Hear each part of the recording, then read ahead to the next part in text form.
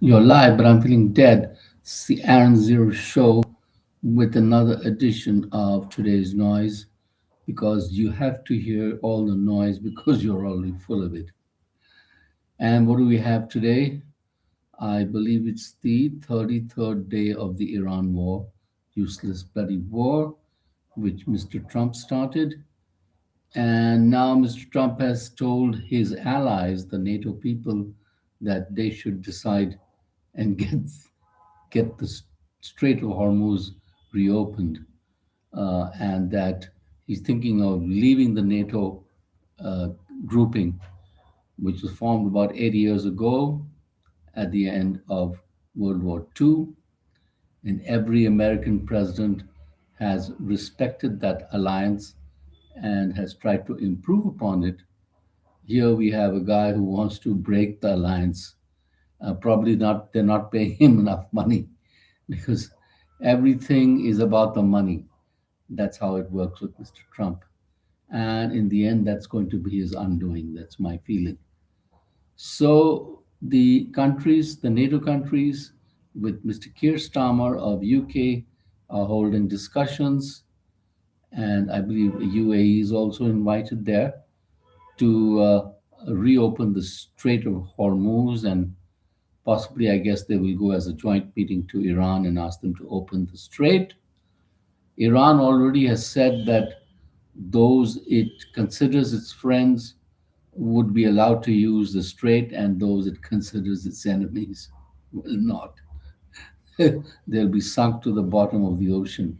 That is especially for the Americans and the Israelis.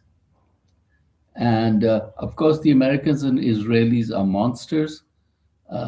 Indiscriminate bombing has killed so many innocent people in Iran, and they are wholly and solely to blame for it, starting with the 168 children who died earlier in I think it was northern Iran or northwest Iran, girls and all that. It's absolute rubbish what Mr. Trump is doing. So what he has said now is that if they don't open the Strait of Hormuz, they're going to bomb them even harder. To which Iran has responded that you ain't seen nothing yet, and apparently they still have incredible array of missiles and drones, etc. And I would have to agree with them because they are uh, giving it back after being bombed very heavily by war criminal state Israel and USA. And it's quite amazing, really. And they're hitting the targets on the spot. Rumor has it that they're being aided by the Chinese and Russian intelligence. I have no doubt about it because they're very precise targets which they're hitting precisely. And as of just now, they're hitting oil refineries in Israel, which will cause a massive mess there. And they have threatened to, of course, cause more damage in the Gulf Coast countries, which have been big pals of USA, and apparently they don't get along with Iran. And that is the whole nature of the conflict right there. Instead of being good to your neighbors, uh, they see the neighbors as enemy. It's something like the India-Pakistan situation, where Pakistan is sees India as an enemy and wants to export its terrorist jihad logic onto India. And so far, India has repelled these people, but that is their whole sole claim to fame, so to speak. And so the unnecessary war continues. And the sad thing about it is that even when it stops, much damage has been done to the facilities in Qatar, Bahrain, Kuwait, etc., and even Saudi Arabia, that some experts estimate that it's going to take even a year or two for it to restart, just restart and put the production, etc. Already there is going to be a shortage of aluminum. Aluminum we use in everything from dishes to airplanes and I don't know what else, computers, I guess. So, and there's a shortage of gas, which directly affects fertilizer production. How will you put food on the table if you don't have fertilizer to grow the crops? So that is the catch 22 situation. So countries are scrambling to look at alternative sources of inputs. India is doing the same. So they are finding newer other sources. India is reaching out to some of these South American countries and Australia, etc. So let's see what happens. And the country at present has only about a month's stock of uh, petroleum products, etc.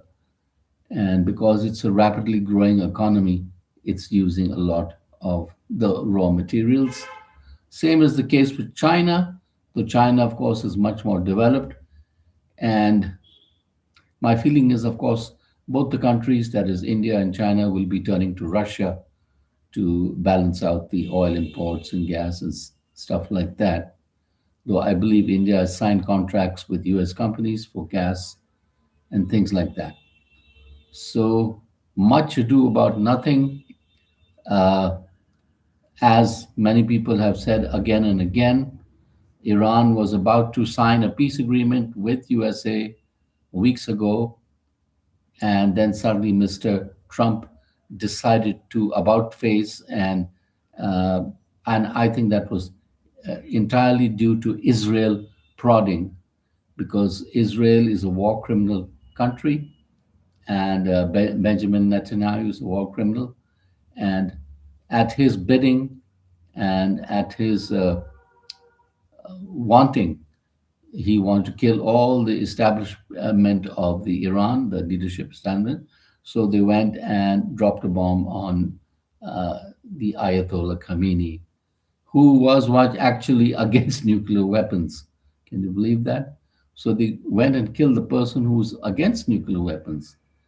And in place now, it could be a hardline government that's emerging and who could very easily come into possession of a nuclear weapon, which would change the ball game entirely.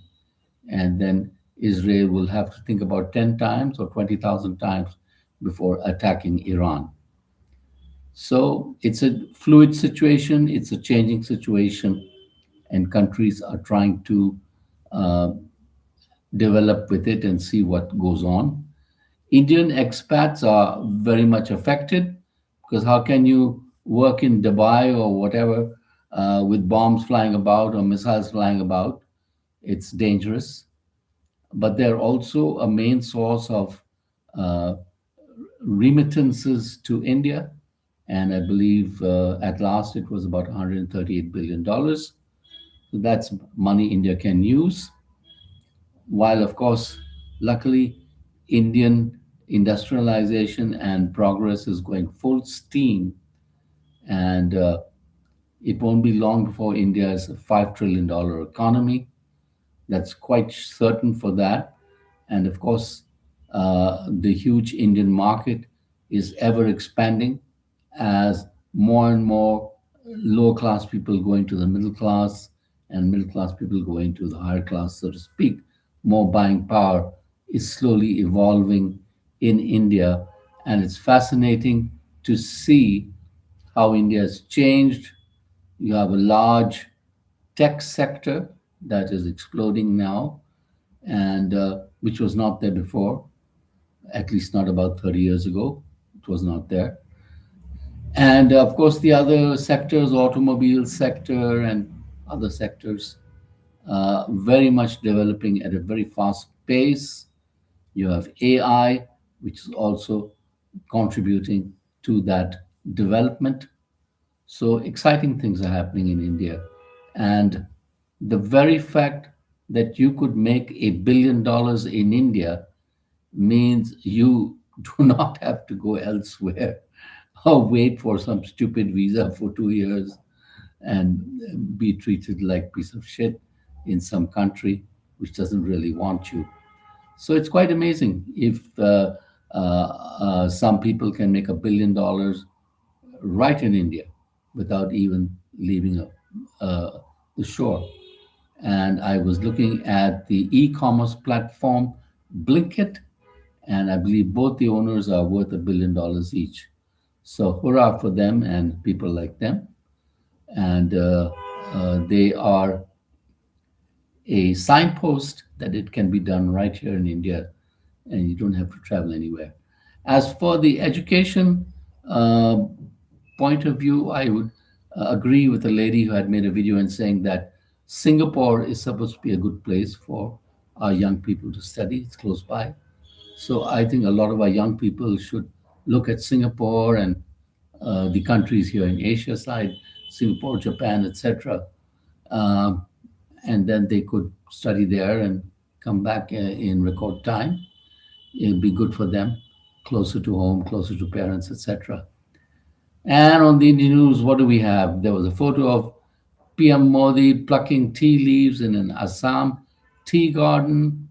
And he said, tea is the soul of Assam or something like that. It's also the soul of India. And of course, he was criticizing the Congress party as usual. And apparently, the BJP party is going to have a wonderful time and break all election records, etc. So that's very wonderful. On one other story, the birthright citizenship story in USA, which is playing out just now in the US Supreme Court, Donald Trump, who is the son of an immigrant, by the way, his mother was from Scotland, and he's apparently forgot that. His grandfather was German. So he was sitting there in the Supreme Court, probably trying to intimidate the nine justices, six of whom are of a Republican standing, and three are more of a Democratic leaning. And as per the latest Trump ruling, they want to change the birthright citizenship law, which is a law created in 1868, and it's the 14th Amendment to the US Constitution, which states that anybody who is born on US soil automatically gains US citizenship. And it's a law that's been in place for 238 years or something like that.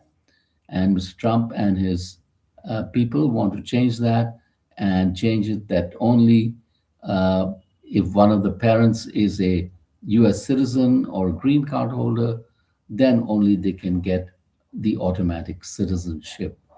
And that would affect 250,000 babies who are born in the US every year.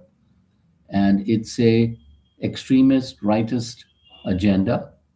And one of the bright spots of this lawsuit is a person of Indian origin, Smita Ghosh, who is arguing against the ruling of the Trump administration, saying that before the Civil War, there was a case where the courts had decided, using the English law that was there, that anybody who was there on US soil was a US citizen, and anyone born there also.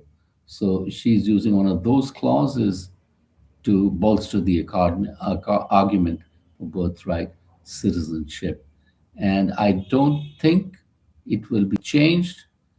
And hopefully, the Supreme Court judges will do the right thing and not be intimidated by Mr. Trump and his cronies. And we're out of time, but one small thing: a noted Indian painter, Raja Ravi Verma, his painting Yashoda and Krishna has sold for 167 crores, one of the highest amounts for an Indian painting at the Saffron Art Auction. And it's been bought by Cyrus Poonawalla of the Serum Institute. So great going. And earlier it was a painting by M.F. Hussain, which was holding the record. And on that note, we call it goodbye and thank you for watching. Subscribe by the billion.